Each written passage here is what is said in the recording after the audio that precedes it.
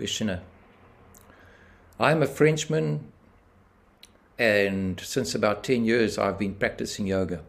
Maharaj answers him. After 10 years of work, are you anywhere near your goal? Questioner.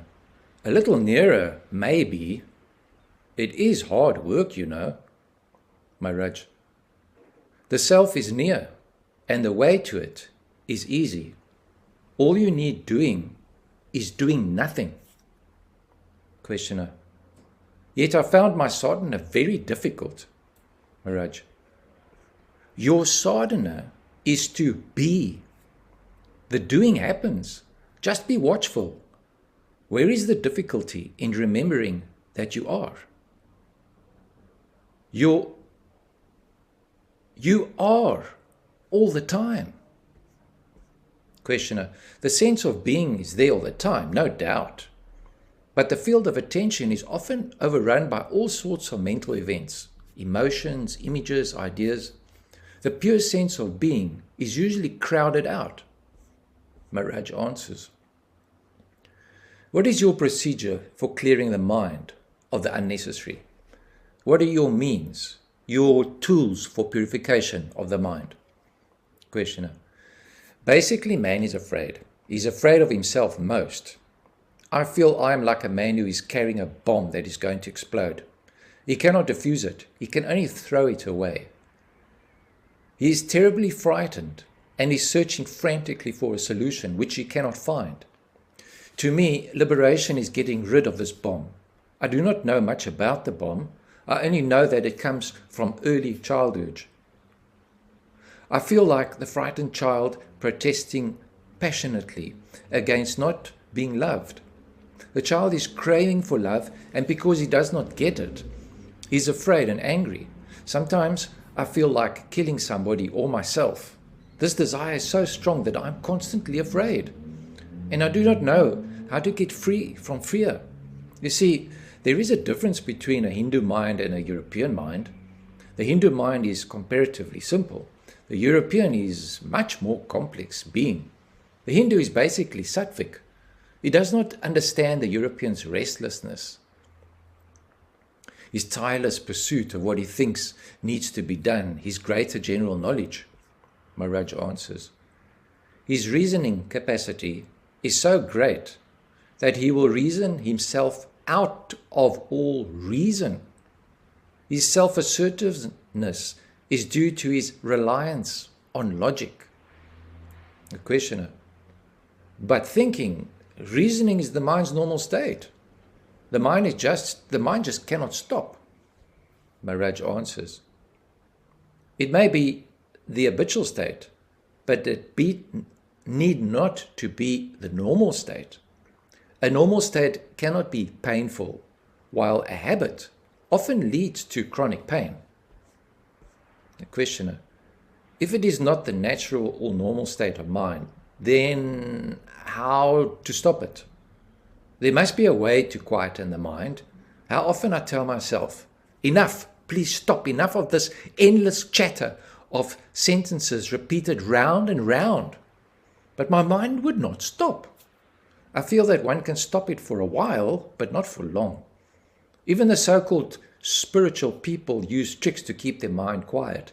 They repeat formulas, they sing, pray, breathe forcibly or gently, shake, rotate, concentrate, meditate, chase trances, cultivate virtues, working all the time in order to cease working, cease chasing, cease moving. Were it not so tragic, it would be ridiculous. Maharaj answers, the mind exists in two states, as water and as honey.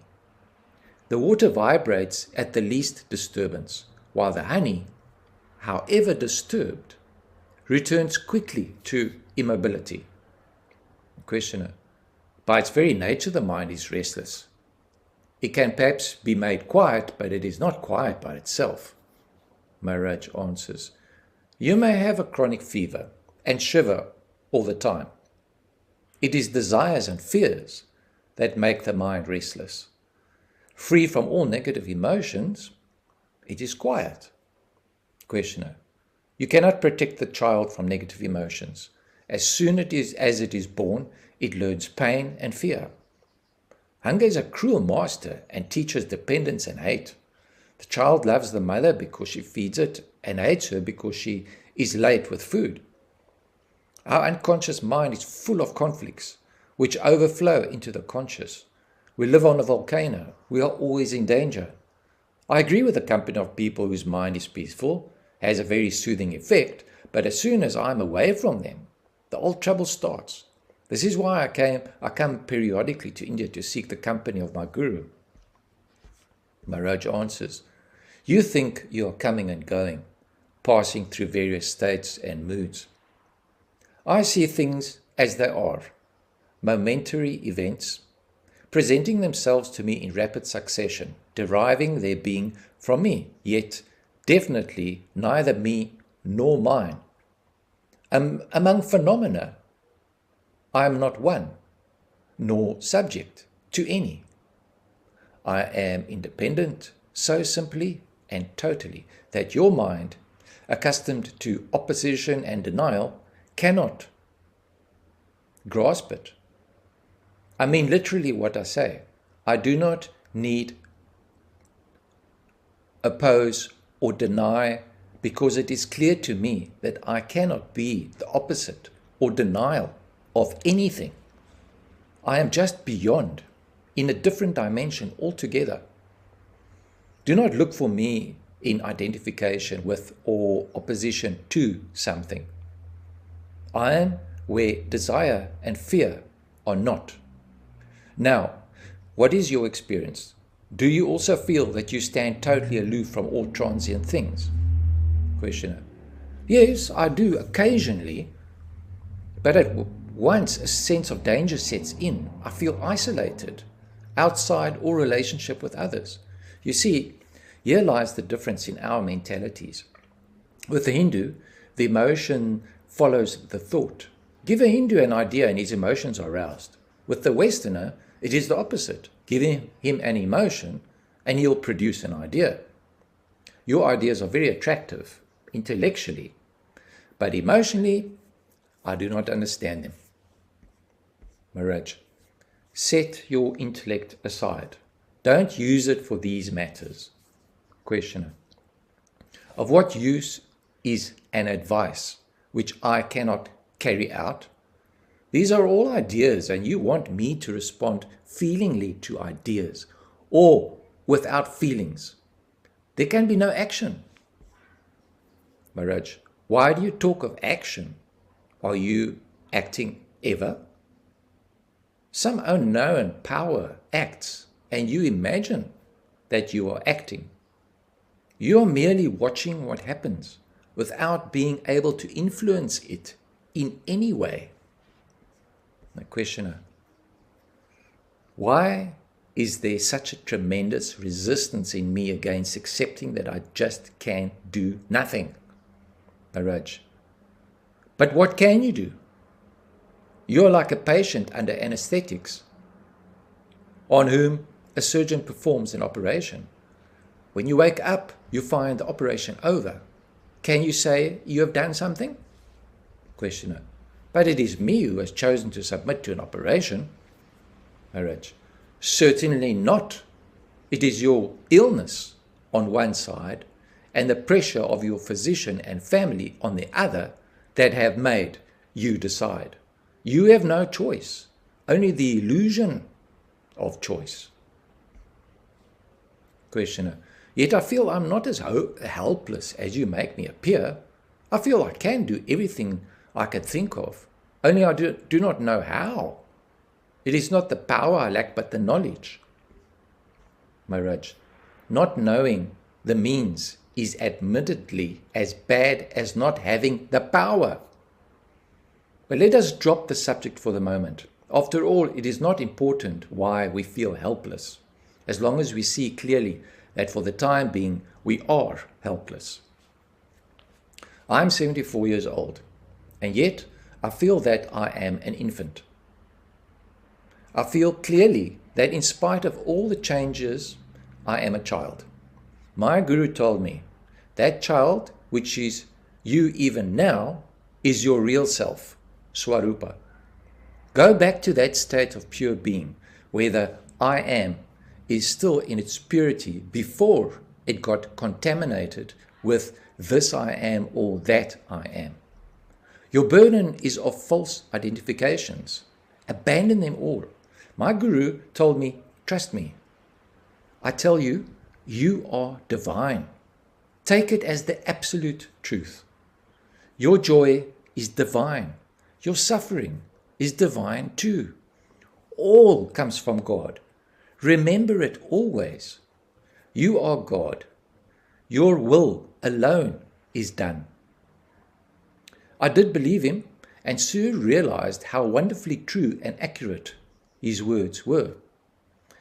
I did not condition my mind by thinking, I am God, I am wonderful, I am beyond. I simply followed his instruction, which was to focus the mind on pure being, I am, and stay in it. I used to sit for hours together with nothing but the I am in my mind, and soon peace and joy and a deep all-embracing love became my normal state. In it, all disappeared. Myself, my guru, the life I lived, the world around me. Only peace remained, and unfathomable silence. Questioner. It all looked very simple and easy, but it just not so.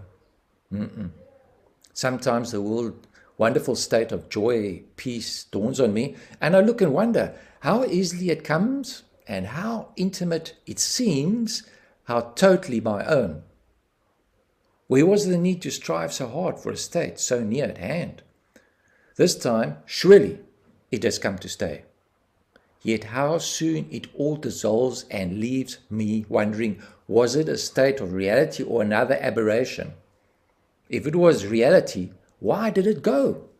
Maybe some unique experience is needed to fix me for good in the new state, and until the crucial experience comes, this game of hide and seek must continue.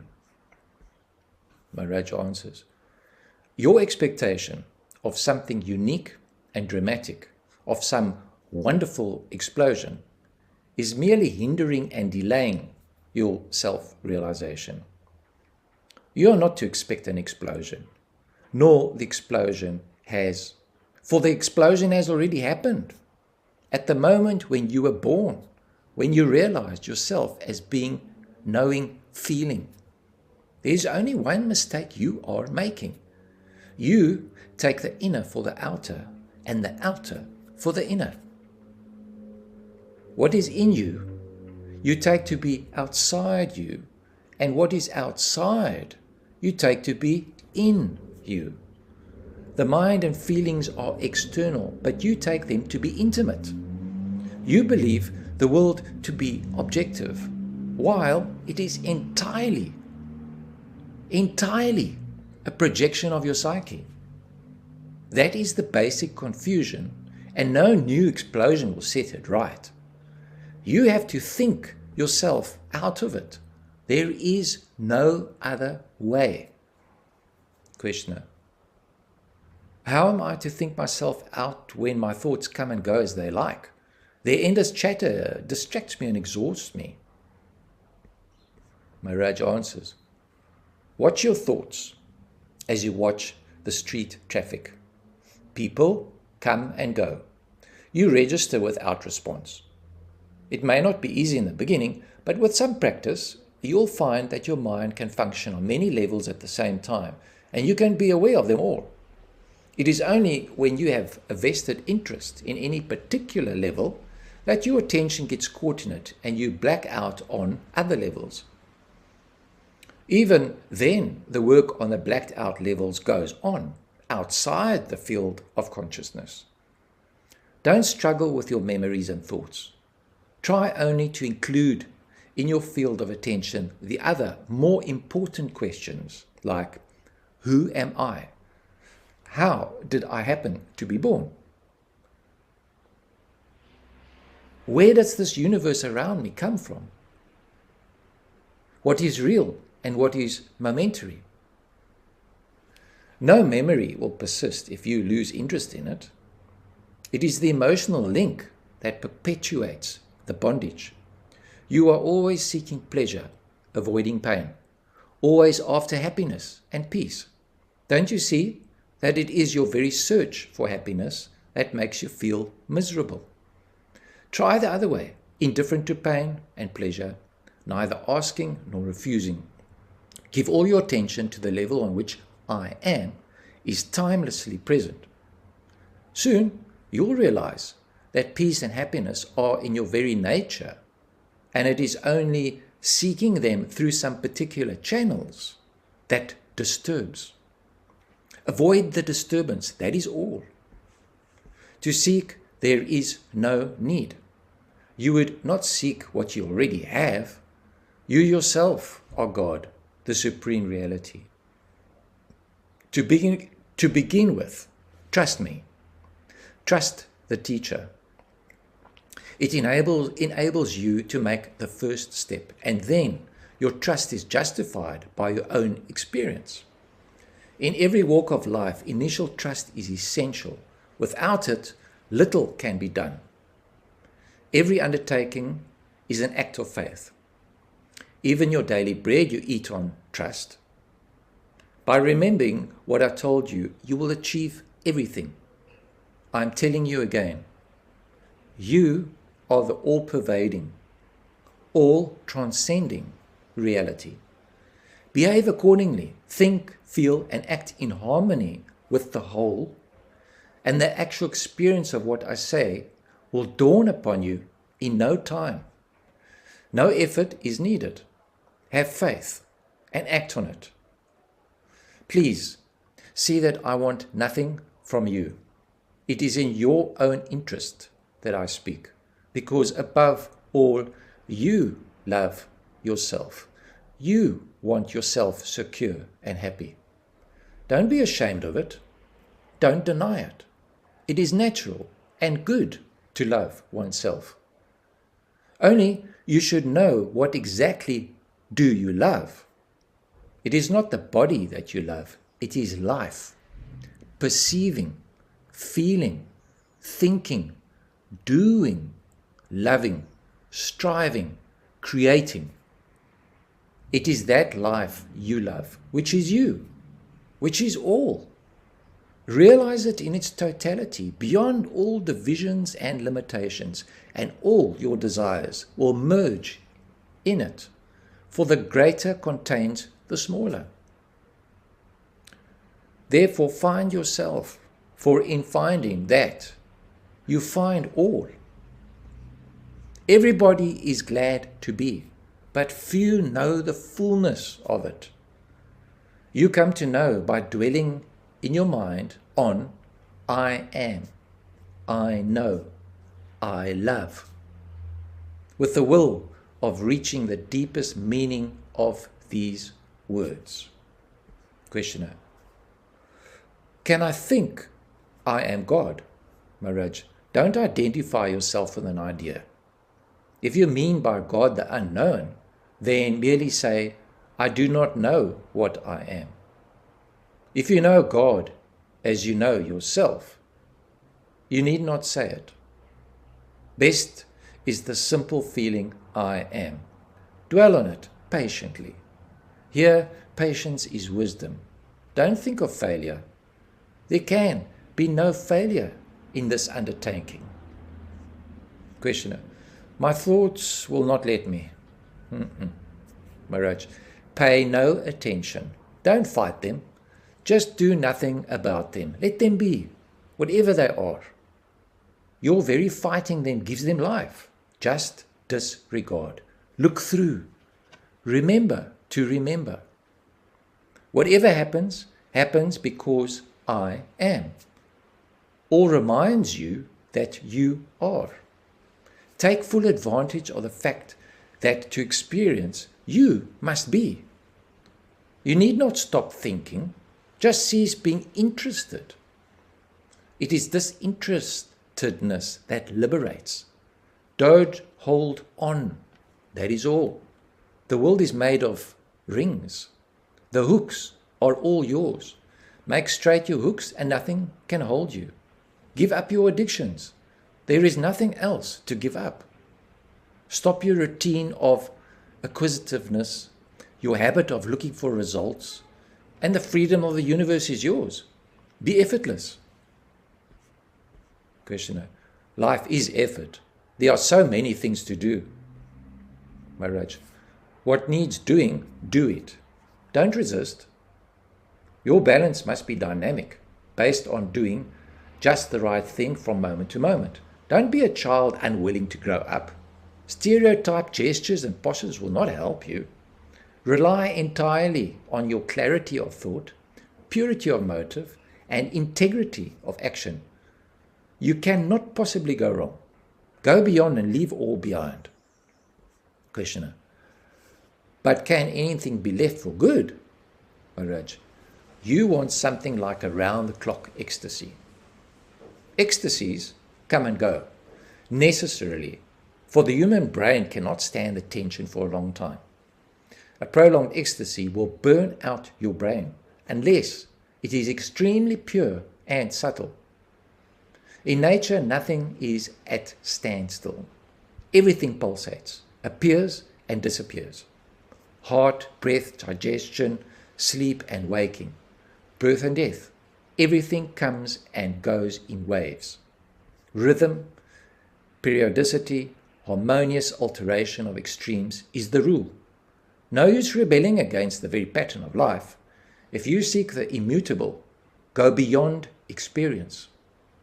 When I say, remember I am, all the time, I mean come back to it repeatedly. No particular thought can be mind's natural state. Only silence. Not the idea of silence, but silence itself. When the mind is in its natural state, it reverts to silence spontaneously after every experience, or rather, every experience happens against the background of silence. Now, what you have learned here becomes the seed. You may forget it, apparently, but it will live and in due season sprout and grow and bring forth flowers and fruits. All will happen by itself. You need not do anything. Only don't prevent it.